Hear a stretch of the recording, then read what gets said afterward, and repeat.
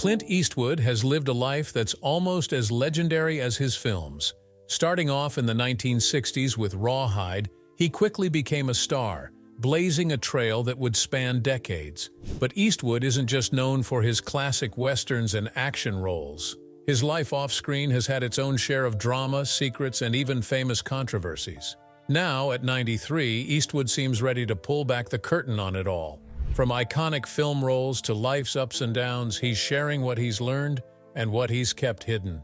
Join us as we peel back the curtain on Clint Eastwood's life and uncover the hidden stories he's finally ready to share. The Great Depression and the making of Clint Eastwood's resilience. Clint Eastwood's life started in one of the hardest times in American history, the Great Depression. Born on May 31, 1930, right when the economy was falling apart, he experienced the pressures of a society with limited resources. In an interview with Esquire, Eastwood shared how growing up during the economic collapse pushed people to be resilient, a skill he feels is somewhat lost today. "We live in more of a pussy generation now," he remarked, expressing his view that today's world, focused on psychological comfort, often lacks the toughness he grew up with. Eastwood observed that people nowadays frequently ask themselves about life's meaning, a stark contrast to his upbringing where survival came first. Speaking of which, Eastwood's father played a huge role in shaping his view on hard work. Clint recalls his dad constantly advising him to never rely on handouts, but instead to work hard for everything. In an interview with Barbara Walters, he shared, "My dad used to preach to me all the time, nobody's going to give you anything. You're going to have to go out and earn whatever you get." Clint took this advice to heart, and his career in entertainment speaks for itself. By 2024, he had 72 acting credits, directed 46 films, produced over 50 projects, and even composed soundtracks. His dedication speaks to the work ethic his father instilled in him, proving that these lessons were truly lifelong. Constant moves and the challenges of being the new kid. Growing up, Eastwood faced challenges that would shape his character in other ways. His father, Clint Eastwood Sr., held various jobs, including high-level managerial positions, which forced the family to move frequently. They relocated from one town to another, from Sacramento to Pacific Palisades, back to Redding, and then on to Oakland.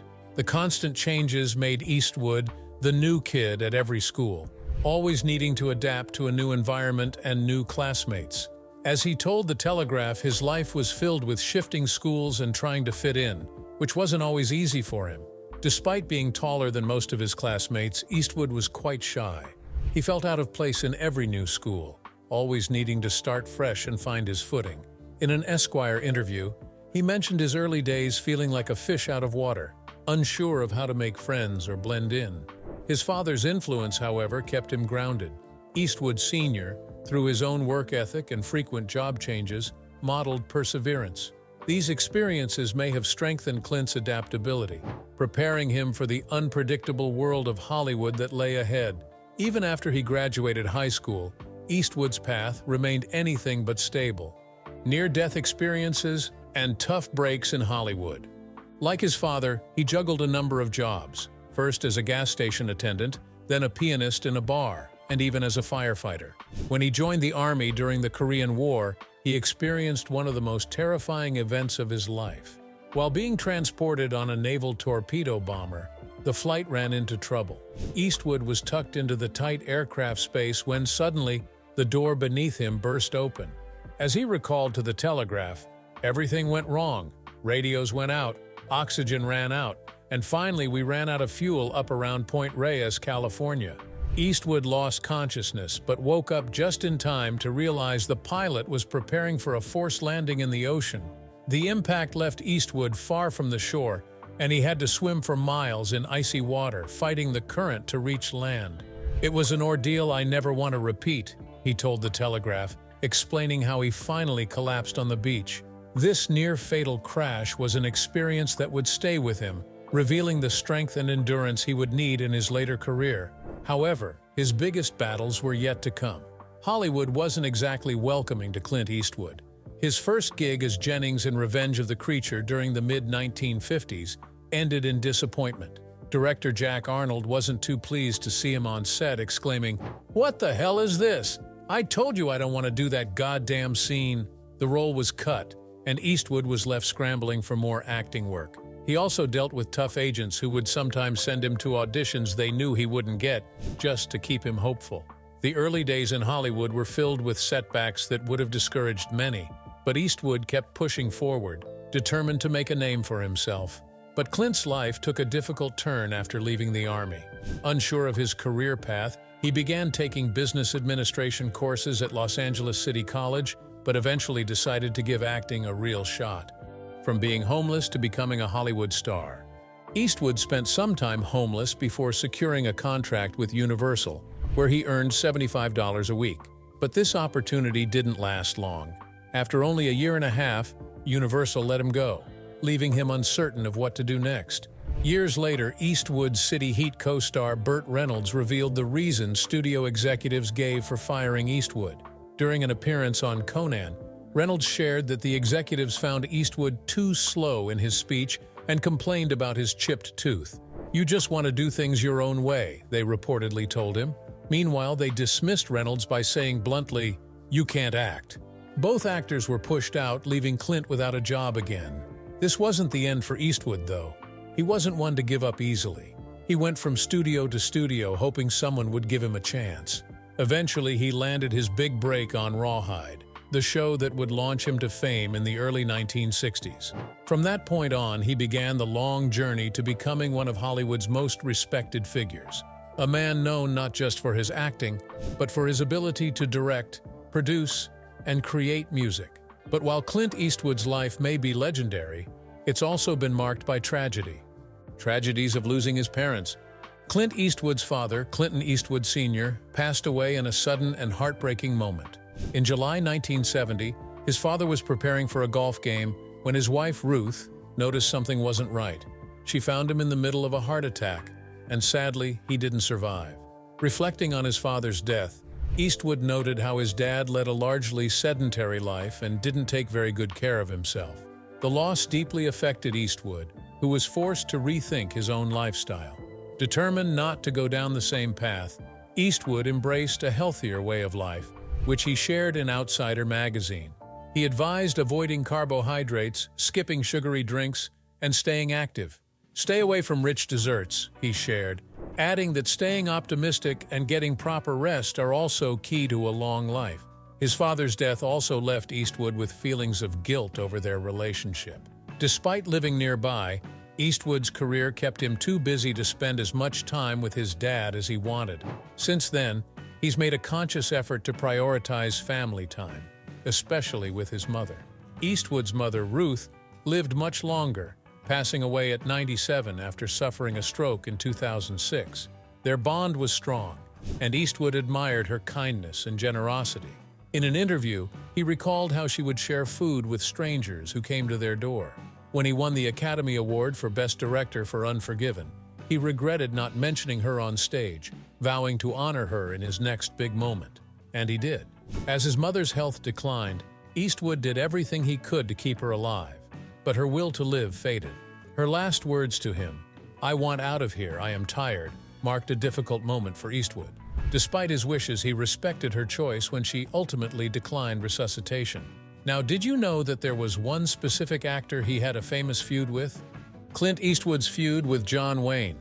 Clint Eastwood's 1960s westerns with Italian director Sergio Leone, including The Good, the Bad, and the Ugly, changed the Hollywood Western. These films introduced darker, more cynical characters and reimagined the genre in a way that felt raw and intense. But John Wayne, the classic American cowboy star, was not impressed. He saw Eastwood's grim characters as almost an insult to his own roles and the positive vision of the American West his movies had always celebrated. "Do you know of any country whose folklore has been destroyed?" Wayne asked in a 1972 interview, making his disappointment with the new Western style clear.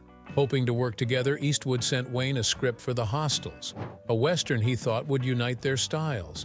But Wayne wasn't interested, and even sent a letter criticizing Eastwood's own film High Plains Drifter.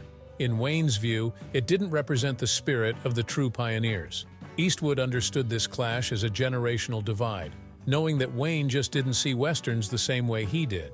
In response, Eastwood revised the script to better align with Wayne's traditional view of westerns. But Wayne's reaction was explosive. He reportedly threw the script into the ocean, saying, "This piece of again."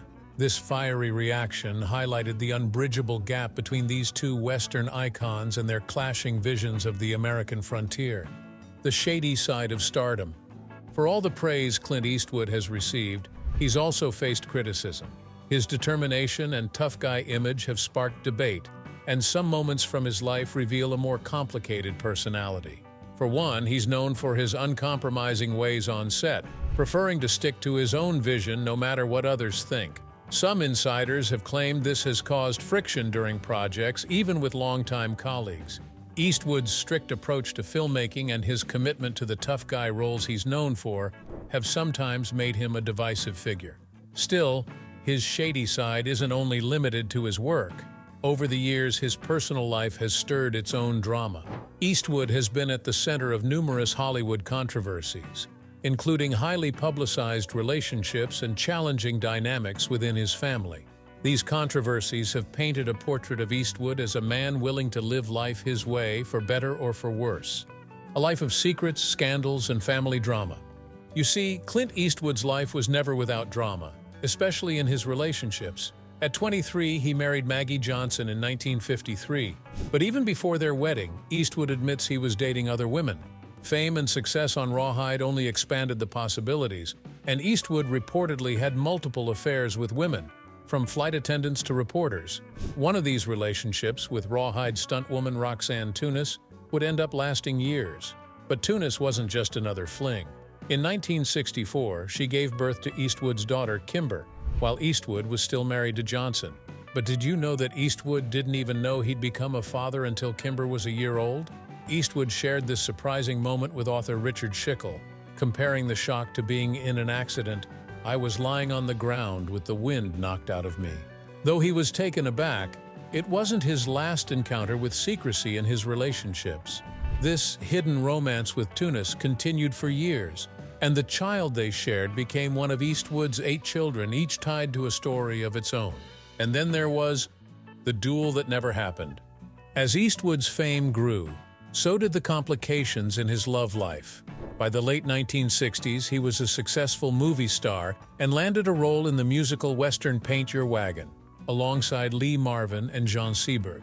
Eastwood and Seberg, both married at the time, began an affair that went beyond a simple fling. Seberg was so captivated by Eastwood that she told her husband, French writer Romain Gary, that she planned to leave him for Eastwood.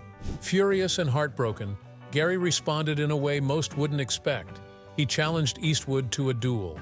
In the end, the duel didn't happen, but Seberg's emotions were already stirred.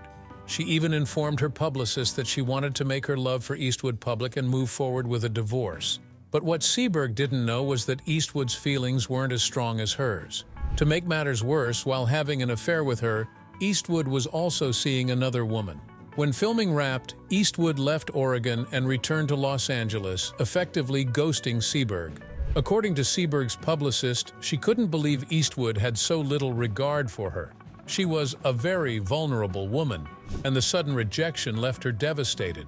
And so with his past affairs and relationships, Eastwood's family life was bound to get complicated. The complexity of Eastwood's family life. He has fathered 8 children with 6 different women, each with its own unique story. His first daughter, Lori, was born from an affair he had while he was still dating Johnson, and Lori only discovered her father's identity as an adult. Once they connected, Lori and Eastwood built a relationship and have stayed in touch ever since. Then there was Kimber, his daughter with Roxanne Tunis, born during his marriage to Johnson. Eastwood also had 2 children, Kyle and Allison, with Johnson before their marriage ended. But his story doesn't stop there. Eastwood has 2 more children, Scott and Catherine, with Jocelyn Reeves, a former flight attendant.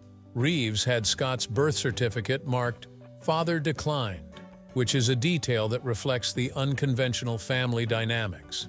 Speaking of which, Eastwood also shares a daughter, Francesca, with his Unforgiven co-star Frances Fisher, and another daughter, Morgan, with his second wife, Dina Ruiz.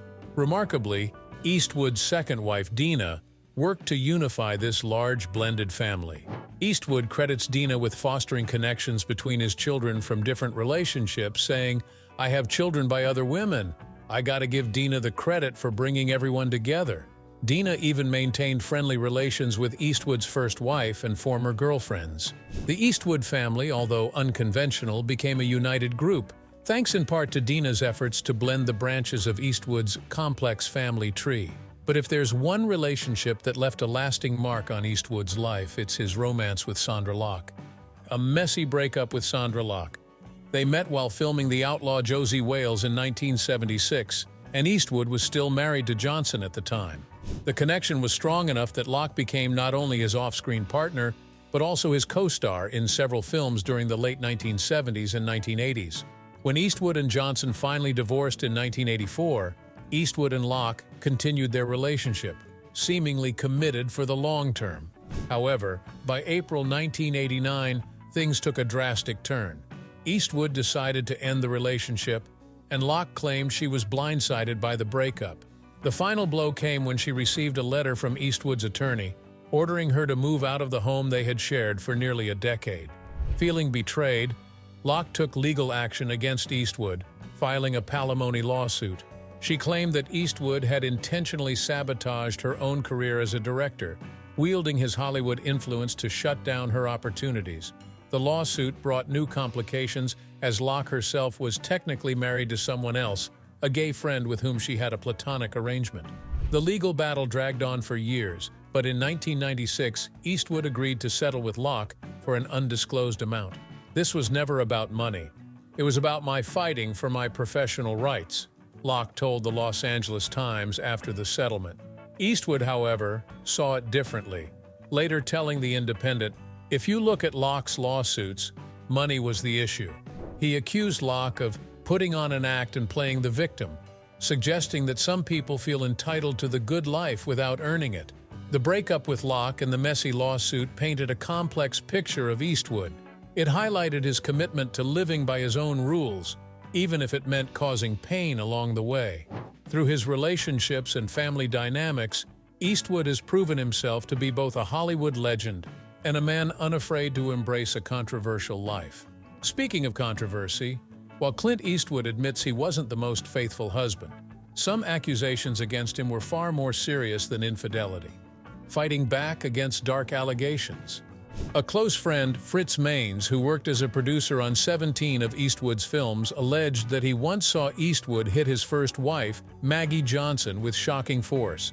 Maines claimed Eastwood's punch was so powerful it knocked Johnson clear from the living room into the tub in the bathroom. This accusation was documented by Patrick McGilligan in his biography, Clint, The Life and Legend, and was a heavy claim, given Eastwood's image as a Hollywood tough guy. Eastwood, however, denied the allegation and wasn't about to let it go. In 2002, he sued both McGilligan and the book's publisher, St. Martin's Press, for $10 million in a libel suit. His lawyer defended Eastwood's character, saying, "Clint Eastwood is not only an icon in the entertainment industry, but he is also a family man." The case eventually settled in 2004, with financial details kept private. Though the case was over, the accusations painted a complicated picture of Eastwood's private life. These rumors, however, didn't slow down Eastwood's career or diminish his loyal fan base. But while Eastwood dismissed the claims of domestic violence toward his wife, he didn't deny being physically tough on his kids when he felt they needed it. A hard lesson for his son. His son, Scott Eastwood, once shared an unforgettable lesson he received from his dad. Scott recalled how, at 14, he left his younger sister alone at a house party while he went out to get beer with his friends.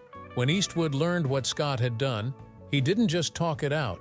Instead, he confronted Scott, slamming him against a wall and punching him in the face to make sure his son understood the seriousness of his mistake. Scott said the experience was a harsh lesson, but described his father's parenting style as very old school. In his words, none of this new age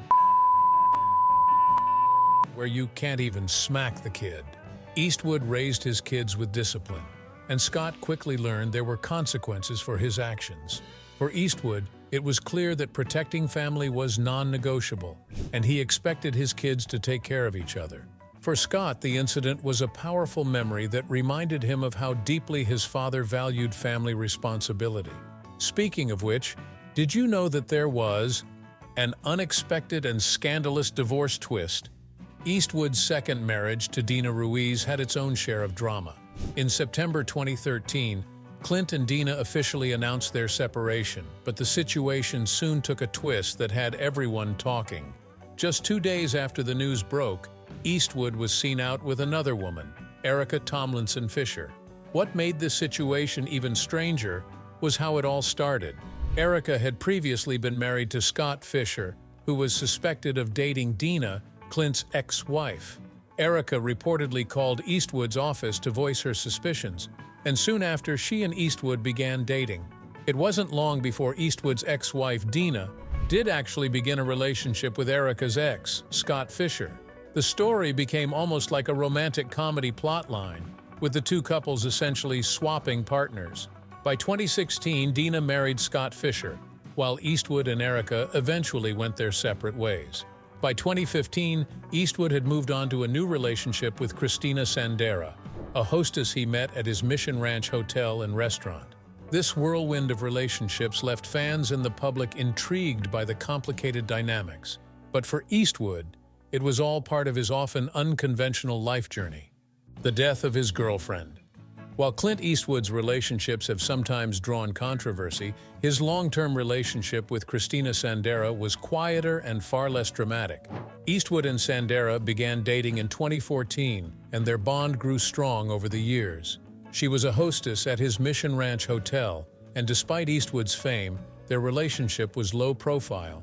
She accompanied Eastwood to various Hollywood events, including premieres of his films like Sully and The Mule, where she was a calm and supportive presence in his life. But in July, tragedy struck when Sandera passed away from a heart attack at 61. Her death was a huge blow to Eastwood, and the entire family felt the loss deeply. Eastwood's daughter, Kimber Lynn Eastwood, shared how the family was initially in shock. Kimber said, "When somebody passes away that's so close to you, you just learn to live with it." Kimber described the difficulty of adjusting to Sandera's absence and reflected on her father's famous words, "Just be yourself," as a reminder of the strength her father has shown through loss. Eastwood's daughter Morgan, who had a close relationship with Sandera, paid tribute to her on Instagram. She shared a photo from her wedding, which took place just 1 month before Sandera's passing, and called her death a devastating loss for our whole family. Eastwood's son Scott later shared that his father was handling the loss as best as he could, saying, "He is doing okay, thank you for asking." Sandera's death marked a somber chapter in Eastwood's life, yet it highlighted the support of his family and the quieter, tender moments that define him as more than just a Hollywood legend. Clint Eastwood's emotional struggles amid life's final chapter. Clint Eastwood's latest and possibly final film, Juror #2, recently premiered in Hollywood, but the 94-year-old director couldn't attend. This movie is a big milestone for Eastwood, his 40th directorial work in a career spanning 7 decades. While his absence was felt, the cast and premiere organizers made sure to pay tribute to him, with a heartfelt message of, "We love you, Clint."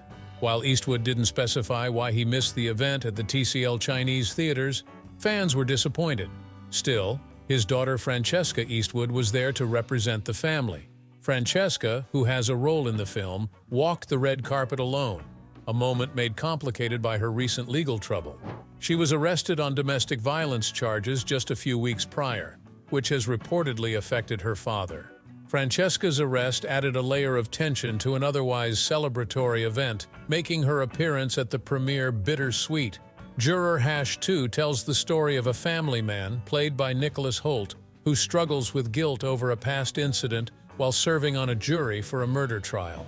Alongside Hoult, Toni Collette stars as a prosecutor, with Kiefer Sutherland, J.K. Simmons, and Francesca Eastwood rounding out the cast.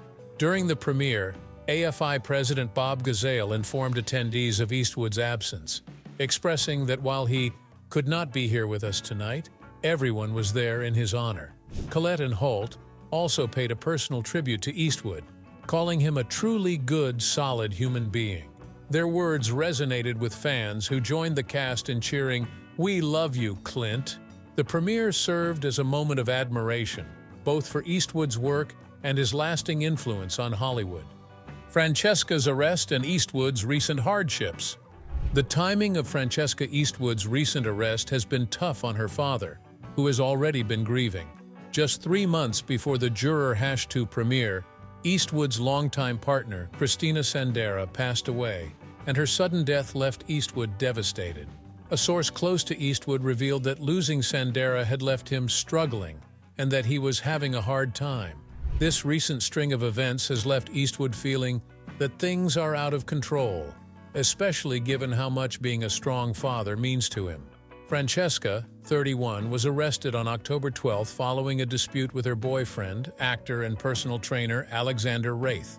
According to reports, the argument became physical while they were driving through Beverly Hills. When police arrived, they observed injuries on Wraith, leading them to arrest Francesca on suspicion of felony domestic violence. She was later released on $50,000 bail, but the incident has put a strain on the family.